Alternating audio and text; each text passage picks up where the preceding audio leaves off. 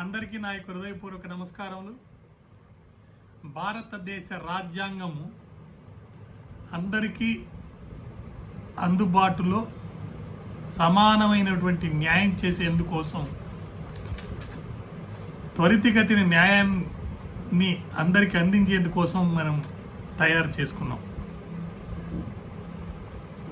మన భారత రాజ్యాంగ పీఠికను ఒక్కసారి చూస్తే అందులో మనం ఏమన్నామంటే, భారత ప్రజలమైన మేము భారతదేశాన్ని సర్వసత్తాక సామ్యవాద లౌకిక ప్రజాస్వామ్య గణతంత్ర రాజ్యంగా నిర్మార్చుకోవడానికి పౌరులందరికీ సాంఘిక ఆర్థిక రాజకీయ న్యాయాన్ని, ఆలోచన భావ ప్రకటన విశ్వాసము ధర్మము ఆరాధనల స్వాతంత్రాన్ని, అంతస్తులోనూ అవకాశాల్లోనూ సమానత్వాన్ని చేకూర్చడానికి, వారందరిలో వ్యక్తిగత గౌరవాన్ని జాతీయ సమైక్యతను సంరక్షిస్తూ సౌభ్రాతృత్వాన్ని పెంచటానికి ఈ రాజ్యాంగాన్ని మనం నవంబర్ 26వ తేదీన 1949లో రాసుకున్నాం, శాసనంగా మార్చుకున్నాం. అంతేకాదు ఈ రాజ్యాంగాన్ని మనము సమర్పించుకున్నాం. అంటే భారతదేశం ఒక సర్వసత్తాక దేశం అనగా దేశంలోని అన్ని వ్యవహారాలు దేశమే సలుపగలదు. బయట వారెవరు దేశ వ్యవహారాలు నిర్దేశించలేరు. దేశంలోని అన్ని వ్యవహారాలు అనగా కేంద్ర ప్రభుత్వం లేదా భారత రాజ్యాంగం దేశాన్ని నడిపిస్తుంది అని అందుకు రాష్ట్ర ప్రభుత్వాలు, క్షేత్ర ప్రభుత్వాలు, క్షేత్రస్థాయి న్యాయస్థానాలు, రాష్ట్ర స్థాయి న్యాయస్థానాలు సహకరిస్తాయని అర్థం. అలానే బయట వారు నిర్దేశనగా వేరే దేశాల సత్తాతోటి మనకు సంబంధం లేదు అని మనం రాసుకోవడం జరిగింది. మరి అదే రాజ్యాంగంలో 14వ ఆర్టికల్ ప్రకారము మనం ఏం రాసుకున్నామంటే, మనకున్న ప్రాథమిక హక్కుల్లో చట్టం ముందు అందరూ సమానము, చట్టం ముందు అందరికీ సమానత్వం ఉంది అని రాసుకోవడం జరిగింది. అసలు ప్రాథమిక హక్కులనేవి పౌరులకు తమ వ్యక్తిత్వాన్ని అభివృద్ధి పరుచుకొనుటకు, బాధ్యత కలిగిన పౌరులుగా హుందాగా జీవించుటకు ప్రభుత్వ పరంగా చట్టరీత్యా ఇవ్వబడిన స్వేచ్ఛా స్వాతంత్రాలు.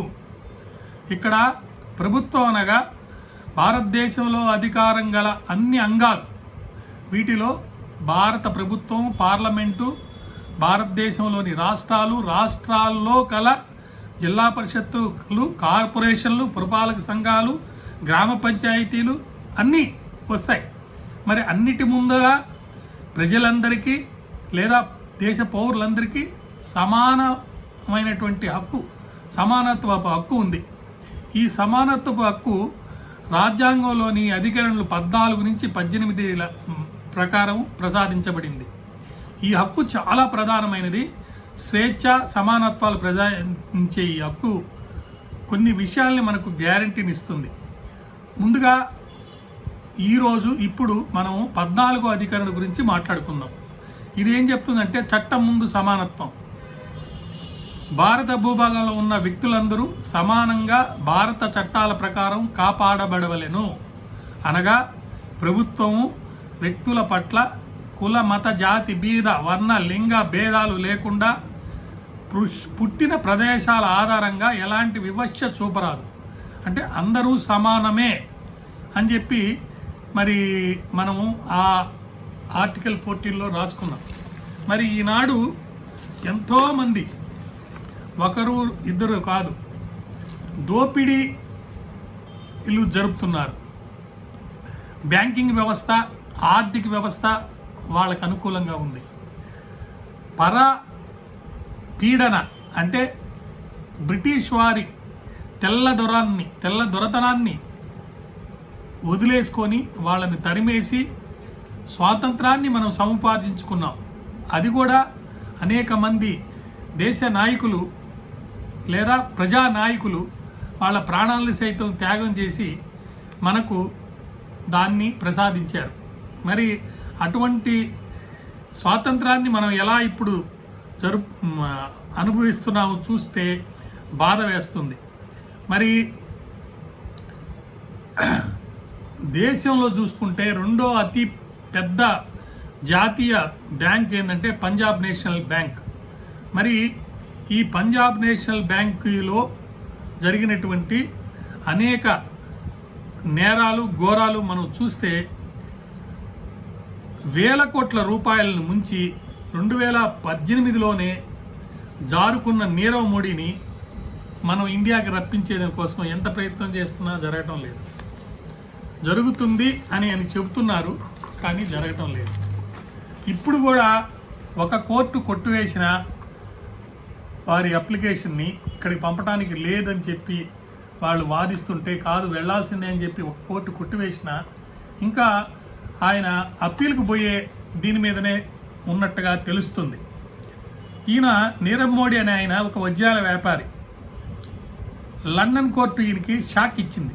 ఎలాగంటే ఆయనకి భారతదేశానికి ఆయన అప్పగించమని చెప్పి తీర్పు ఇచ్చడం జరిగింది. వేల కోట్ల రూపాయలు ఎగ్గట్టి యూకే వెళ్ళిపోయిన ఈ వజ్రాల వ్యాపారి తప్పించుకొని ఆయనపై ఉన్న మనీ లాండరింగ్ అభియోగాలు రుజువు కాకుండా అనేక ప్రయత్నాలు చేశారు. భారత్ తిరిగి రాకుండా ఉండేందుకు ఈయన చేసిన ప్రయత్నాలన్నిటికీ లండన్లో కోర్టు చెక్ పెట్టింది.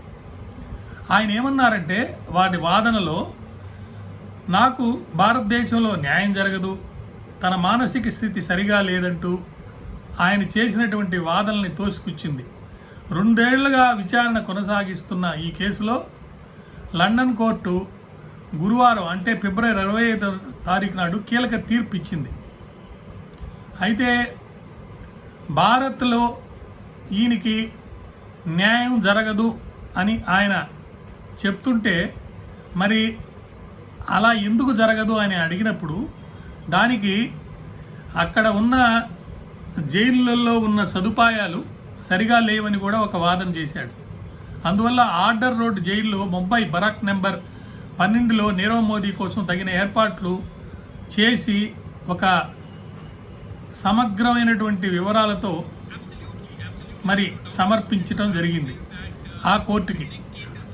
మరి అది చూసుకున్న తర్వాత లండన్లోని Westminster magistrate court Samuel Goozee ఈ తీర్పు ఇవ్వడం జరిగిందనమాట. అయితే ఈయన్ని కొన్ని లాంఛనాలు అంటే ఆరోగ్య పరీక్షలు తదితరులు అన్నీ అయిపోయిన తర్వాత అప్పగించుకునే భారతదేశానికి అప్పగించే అవకాశం ఉంది. అయితే ఈ ఉత్తర్వులపై అప్పీల్ చేసుకునే అవకాశాన్ని కూడా నీరవ్ మోదీ కోర్టు కల్పించింది. మరింత ఆలస్యం చేయడానికి ఈ అవకాశాన్ని ఆయన వినియోగించుకోవచ్చు. ఈలోగా మరిన్ని ఎత్తులు వేసే అవకాశం కూడా లేకపోలేదు. అయితే మోసం మనీ లాండరింగ్ అభియోగాల కింద ఈయన మీద ఆరోపణలు ఉన్నప్పుడు ఈయనకి వ్యతిరేకంగా యూకే కోర్టుకు భారత్ 16 సంపుటాల ఆధారాన్ని మరి ఇవ్వటం జరిగింది.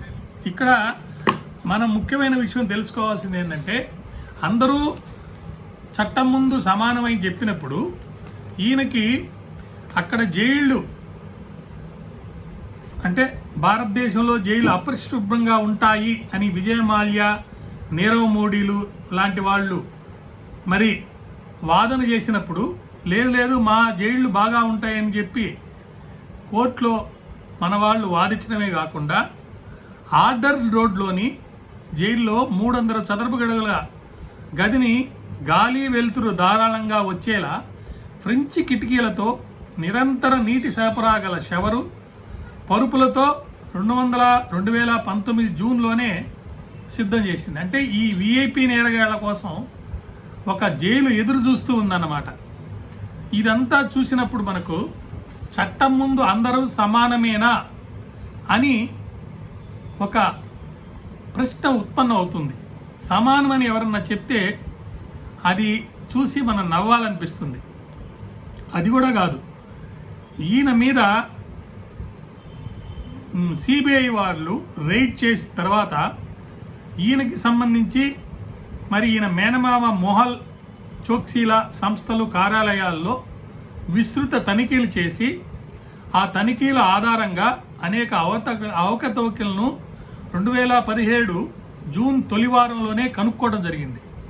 బోగస్ కొనుగోళ్లు, బంధువులకు అనుమానాస్పదంగా భారీ మొత్తాల బదిలీలు, స్టాక్ విలువలను అత్యధికంగా పెంచి చూపించడం వంటి అక్రమాలను వేలెత్తి ఆ నివేదికలో చూపడం జరిగింది. కానీ ఈ నివేదికని ఇతర విభాగాలకు అంటే ED, director of revenue intelligence, తీవ్ర మోసాల దర్యాప్తు కార్యాలయం SFIOలకు ఆదాయ పన్ను విభాగం పంపించనే లేదు.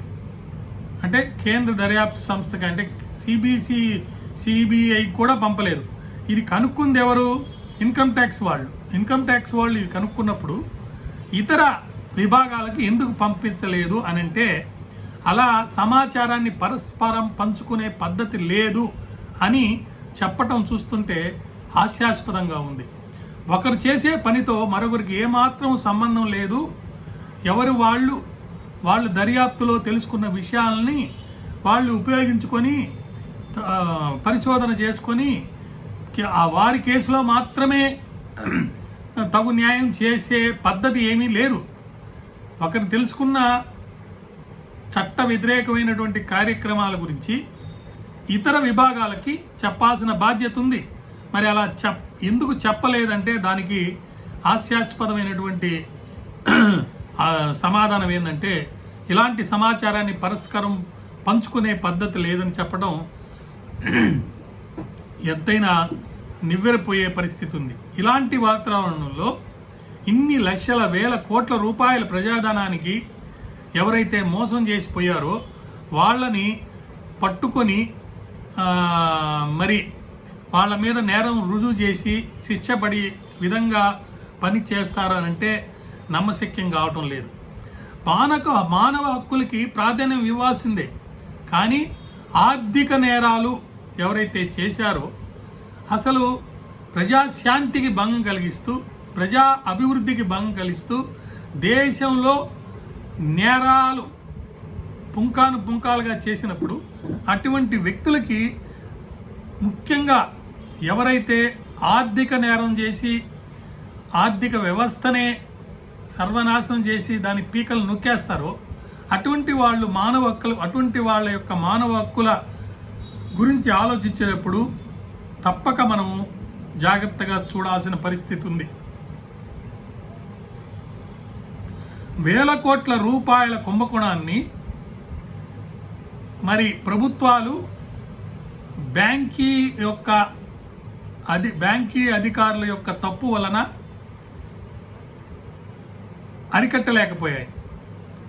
బ్యాంకీ వ్యవస్థలో ఈ లెటర్ ఆఫ్ అండర్టేకింగ్ LOU ఇచ్చే విధానానికి సంబంధించి కోర్ కమిటీకి తెలపకుండానే వీరికి సంబంధించి నీరవ్ మోడీకి సంబంధించినటువంటి ఆర్థిక వ్యవహారాలు లోన్ ఇచ్చే పద్ధతి ఇవన్నీ కూడా జరగడం జరిగింది.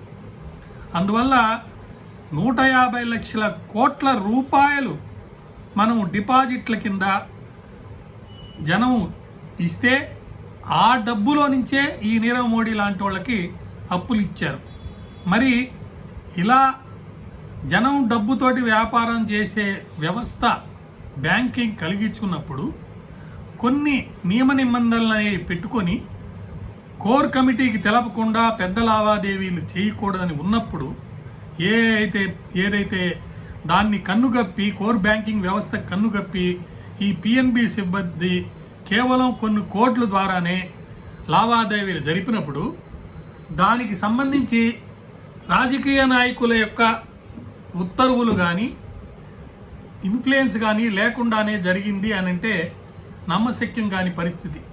మరి అటువంటి పరిస్థితుల్లో మరి నేర వ్యవస్థ ఆర్థిక వ్యవస్థ ఈ రెండు ఒకదానికొకటి చేతులు కట్టుకొని సాగిపోతున్నట్టుగా మనకు అనిపిస్తుంది. మరి ఇలాంటి చూసినప్పుడు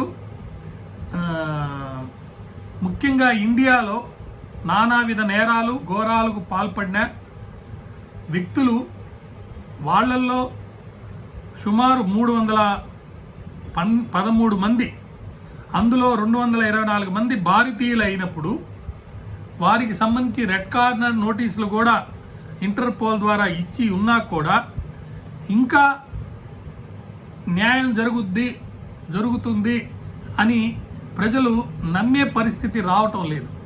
ఇలాంటి పరిస్థితుల్లో సాంకేతికంగా ఎన్ని లోపాలున్నా వాటన్నిటినీ సరిచేసుకుని మరి దోచుకున్న వారికి దోచుకున్నంతగా సమస్త ద్వారాలు తెరిచి పంచిపెట్టే ఈ ఆర్థిక బ్యాంకింగ్ వ్యవస్థలను క్షుణ్ణంగా శుద్ధం చేసి ప్రజలు దాచిపెట్టుకున్న డిపాజిట్ల రూపంలో పెట్టుకున్న 150 లక్షల కోట్ల రూపాయలని జాగ్రత్త పరిచే వ్యవస్థ, జాగ్రత్త పరిచే బాధ్యత ప్రభుత్వాల మీద తప్పక ఉంది. అది గనక చేయకపోతే ఈ అక్రమార్జన పరులు సమస్త ద్వారాలు ఆర్థిక వ్యవస్థ తెరుచుకొని ఉన్నప్పుడు ఇంకా దోచుకొని పోతారు. వాళ్ళని అల్లుళ్ళగా మర్యాద చేస్తే కానీ తిరిగి రాబోము భారతదేశానికి అని అంటున్నప్పుడు ఒక్క వాదన మనం గుర్తుపెట్టుకోవాలి. అందరూ సమానమని చెప్పుకునేటప్పుడు వీలైతే అన్ని జైళ్ళని అన్ని సౌకర్యాలతో నింపండి, లేదా అన్ని జైళ్ళు ఎలా ఉన్నాయో అలాగే ఉంచైనా సరే మా జైలు విధానం ఇది. ఈ వ్యక్తులు భారతదేశంలో పుట్టి భారతదేశంలో పెరిగి భారతదేశంలో వ్యాపారం చేసి భారతదేశం యొక్క ఆర్థిక వ్యవస్థలో ఉన్న లోపాలని తెలుసుకొని దాని ద్వారా వాళ్ళు వెళ్ళారు కాబట్టి వాళ్ళు భారతదేశంలో నేర వ్యవస్థకు సంబంధించి, న్యాయ వ్యవస్థకు సంబంధించి, జైళ్ళ వ్యవస్థకు సంబంధించి ఏ సదుపాయాలు, ఏ హక్కులు, ఏ బాధ్యతలు ఉన్నాయో వాటికి లోబడి మాత్రమే వాళ్ళ యొక్క హక్కుల్ని వాళ్ళు క్లెయిమ్ చేసుకోవాలి తప్ప ఇక్కడి నుంచి బ్రిటన్కి వెళ్ళి ఆ బ్రిటన్లో నేను బ్రిటన్ పౌరుడిని, నాకు బ్రిటన్ చట్టాల ప్రకారము ఏదైనా జైల్లో నేను ఉండాల్సి వస్తే ఆ జైలు ఇలా ఉండాలి అని చెప్పి నిర్దేశించే అధికారం ఆ దేశ ప్రభుత్వానికి అంటే బ్రిటన్ ప్రభుత్వానికి లేదని నా మనవి. ఇలాంటి వాదన ఎందుకు అక్కడ చేయలేకపోతున్నారో అర్థం కావటం లేదు. అది కూడా కాకుండా ఈ బ్రిటన్ ప్రభుత్వము మరి గతంలో మనల్ని పరిపాలించింది కాబట్టి బ్రిటిషు న్యాయ వ్యవస్థకి మరి మన దేశ న్యాయ వ్యవస్థకి కొంత పోలిక ఉంది. అది కూడా కాకుండా ప్రస్తుతం మన దేశంలో ఉన్న న్యాయ వ్యవస్థలు మరియు జైలు వ్యవస్థలు చూస్తే కొంత దుర్బలమైన పరిస్థితి ఉన్నా కూడా మరి వాటిని సరిదిద్దుకోవాల్సిన పరిస్థితి, బాధ్యత మన మీద ఉంది. తప్పక సరిదిద్దుకుంటాం. అయితే ఒక ముద్దాయి కోసం ఒక జైలు గది సుమారు 2 సంవత్సరాల నుంచి ఖాళీగా పెట్టి వెయిట్ చేయించి చూస్తూ ఉండటం అనేది మరి అది ఎంత మాత్రము మానవ హక్కు, మరి రాజ్యాంగానికి కట్టుబడి ఉందా ఈ యొక్క వ్యవస్థ అనేది నాకు అనుమానంగా ఉంది. అందరూ సమానం అంటే నేను నమ్మలేని పరిస్థితిలో ఉంది. మరి ఈ వ్యవస్థ అంటే ఈ అవినీతి మహారాజుల్ని పోషించే వ్యవస్థ మన ఆర్థిక వ్యవస్థకు అవినీతితో తూట్లు పొడిచి మనల్ని ఇబ్బంది పెట్టే విధంగా ఉంది. ఈ వ్యవస్థ దేశ జనాభాకి ఏమని సందేశం ఇస్తుందని చూస్తే తప్పుడు సందేశం ఇస్తుంది. కాబట్టి ఇలాంటి నేరాలు ఇంకా జరగకుండా ఉండాలి అంటే వెనువెంటనే ఆర్థిక శాఖ తప్పక తగు ప్రణాళికను రచించుకొని మరి భవిష్యత్తులో విజయ్ మాల్యా, నీరవ్ మోదీ, మోహిల్ చోక్సీ, లలిత్ మోదీ లాంటి వాళ్ళు నేరాలు ఆర్థిక వ్యవస్థకు సంబంధించి ఇంకా జరగకుండా ఉండేటట్టు చేసుకోవాల్సిన బాధ్యత ఎంతైనా ఉంది. ఒక మామూలు వ్యక్తి అప్పడిగితే అనేక ఇబ్బందులు పెట్టి మరి ఎన్ని ప్రయత్నాలు చేసినా తిప్పించుకొని లోన్లు ఇచ్చే పరిస్థితి ఉన్న మన దేశీయ వ్యవస్థలో కూడా మార్పులు రావాలి. అదేవిధంగా అవినీతి పరులు వాళ్ళు ఇచ్చే లంచాలు ఏ రూపంలో ఇచ్చినా కానీ అవి తీసుకొని కరెన్సీ కట్టల్ని స్వామి భక్తితో తలవంగి అందించే వ్యవస్థను కూడా మార్చుకోవాలి. మీకు అందరికీ తెలుసు, రాజేంద్ర సేతియా అనే వ్యాపారి 80వ దశకంలో ఖరీదైన బహుమతులు ఇచ్చి అందరినీ లోబట్టు కూర్చుకొని అనేక బ్యాంకీ అధికారులు ఆయన ముందు సాగిలపడి లోన్లు ఇచ్చారు. మరి అలా అంటి అధికారుల మీద వెంటనే చర్యలు తీసుకొని ఉంటే ఈ పరిస్థితి ఇంకా ఇదే విధంగా వచ్చే లేదు. మరి భారతదేశ ఆర్థిక వ్యవస్థ బాగుపడాలంటే మన రాజ్యాంగంలో పీఠికలో రాసుకున్నటువంటి ఆశయాలని లక్ష్యాలని నెరవేర్చుకోవాలంటే, అదేవిధంగా చట్టం ముందు అందరూ సమానులే అని మనం రాసుకున్న ప్రాథమిక హక్కుని అమలుపరుచుకోవాలంటే వ్యక్తిత్వంలో, సమాజంలో, వ్యవస్థల్లో వెంటనే మార్పులు రావాలని చెప్పి నేను కోరుకుంటున్నాను, ప్రార్థిస్తున్నాను. అలాంటి అవసరం ఎంతైనా ఉందని నొక్కి ఒక్కానించి చెబుతున్నాను. అలా గనక వస్తే తప్పక మన దేశ అభివృద్ధి త్వరితగతిన, ముఖ్యంగా ఆర్థిక వ్యవస్థలో ఎటువంటి లోపాలు లేనప్పుడు జరిగేటువంటి ఆ యొక్క వేగవంతమైన ఆర్థిక అభివృద్ధి జరుగుతుందని చెప్పి మనవి చేస్తున్నాను. ఈ యొక్క వీడియో మీకు